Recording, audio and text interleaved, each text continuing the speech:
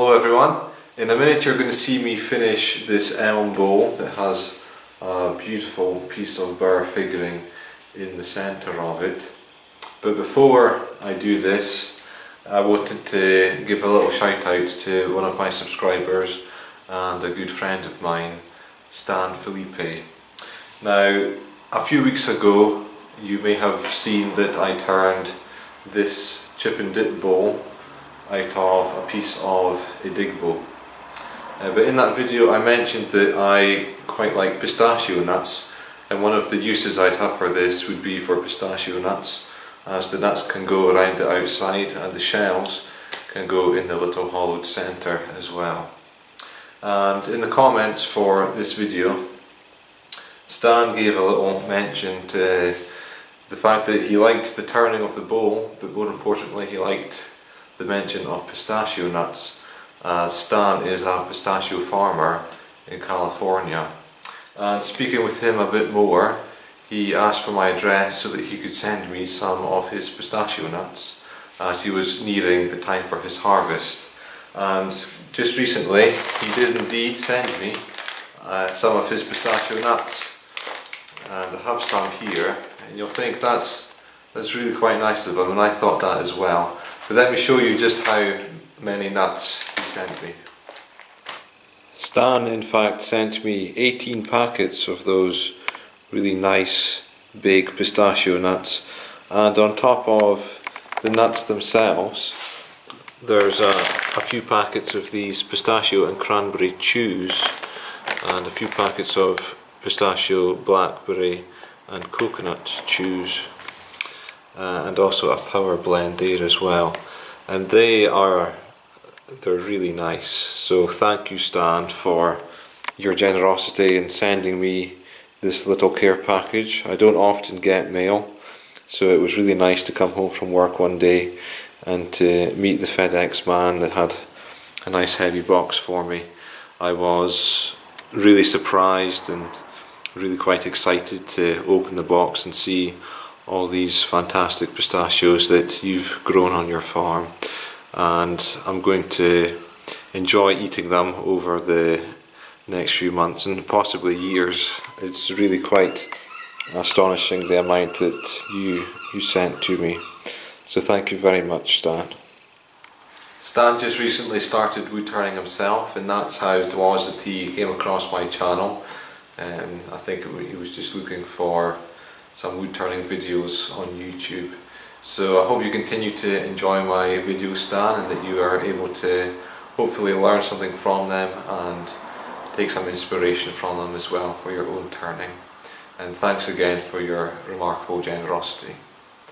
And now I'll let you see how this bowl comes to life. I have again on the lathe this gorgeous piece of elm with some Burr figuring in the base of it as well. A lot of people have been excited to see me finish this, telling me to make sure that I post pictures and a video of it when it is done. So I couldn't wait any longer to get this finished myself, so here it is. The piece, it moved considerably more than what I expected it to as I left it in the shavings to dry. You can see some of the knots on the inside here have opened up, and I'm not concerned about that in any way. I'll leave them. I could fill them, but I don't like filling things unless it's for structural integrity, and that's not going to compromise the integrity of the bowl in any way. So rather than make a mess with epoxy or glue, I'm just going to leave them open. They might continue to stretch a little bit, but it's pretty dry now, so I don't think that will be a problem. So this is the first bowl I've ever rough turned when it's been wet, and I think I turned it down too much when I rough turned it. I should have maybe left it with a few mil more in thickness just for turning it away, but it's still come out really nice. It's not too thin, I think it's really just the right thickness there, but it would have been easier and less scary if I had left a bit more thickness to turn away. I have it already trued up again and sanded. I didn't record that because it was quite frightening really, so I didn't want to have the camera set up in case this was going to fly apart and take out the camera. So I'm ready now to add finish to it. So the first thing I'm going to do is add oil, and then I'm going to wet sand with the oil up to 320 and let that cure for a while before putting on some Yorkshire Grit and then Hampshire Sheen to finish this piece off. But I know it's the addition of the finish that you'll all be excited to see. Once I've finished the inside and half of the outside, I'll be able to turn it around and remove the tenon here. And I'm just going to have a dimple on the bottom for the foot. I'm not going to try anything too wild, as the wood will speak for itself. I don't want to risk breaking it and ruining the piece. So let's put some oil on. Okay, I've set the camera up and I've set a light up as well to shine onto the bowl so that you can have the best image of how this bowl is going to look once the oil is on it.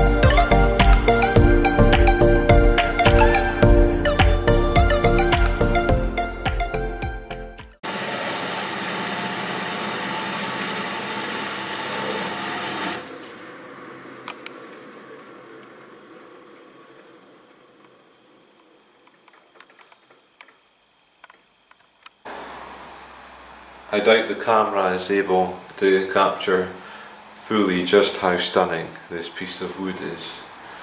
I'm not sure if the light helps it or maybe just causes too much glare on it, but this is by far the nicest bowl that I've ever turned. Probably the nicest piece of wood that I've ever had to work with as well.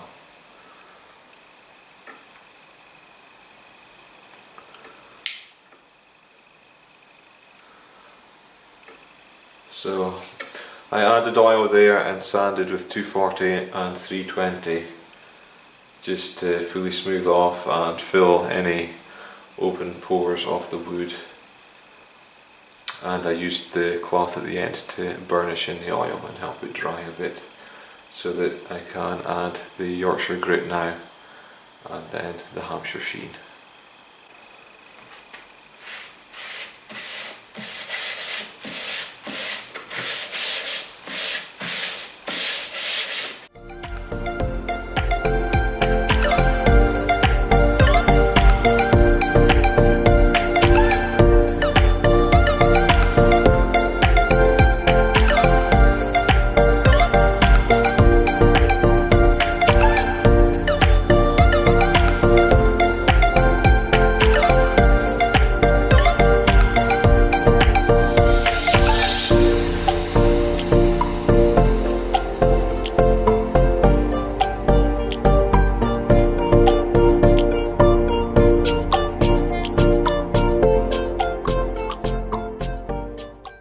That is the inside now finished.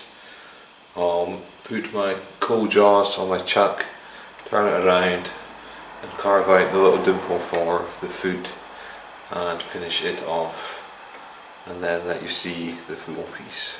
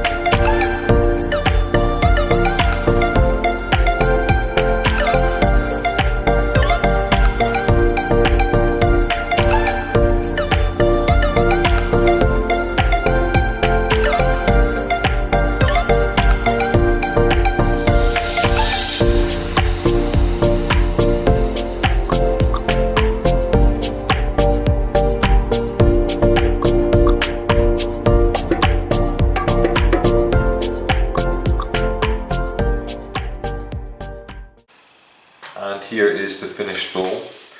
It started as an 11.5 inch blank. Its final diameter is 10.5 inches and its final height is 3 inches. And it has turned out every bit as good as I imagined when I was first preparing this blank, when I cut the burr off the side of it and then cut down the centre of the log. I had a stunning little fruit bowl in mind for it. The burr is just a lovely feature to it. I've left just a little dimple on the base just so that it will sit flat and it won't rock. Lovely warm tones with the wood. And where the knots have opened, as I've applied the Hampshire Sheen, the wax has gone down into those knots that I've opened. Usually I would pick that out, but I'm going to leave it for this as it's a fruit bowl, as the wax in there, when it fully cures, it will prevent anything getting down into those cracks and possibly festering. So it should help keep it clean as well. I hope you've enjoyed watching this video and seeing this bowl come to life. Thank you to my subscribers for your support, and if you haven't subscribed yet, if you've liked this video and you have enjoyed seeing this elm being turned, I have plenty more elm that I'm going to be doing, a lot more bowls and possibly lamps and definitely some vases with the bigger pieces that I have. And I was originally thinking that I would leave it to dry, but I think the way this has worked out, I'm going to rough turn a few more pieces so that they'll dry out quicker, so that I can actually finish and let you see the final pieces. So if you haven't subscribed yet, take the time to subscribe, visit my channel, have a look at my other videos. Feel free to leave a comment and share with your friends if they would be interested as well. Thanks for watching.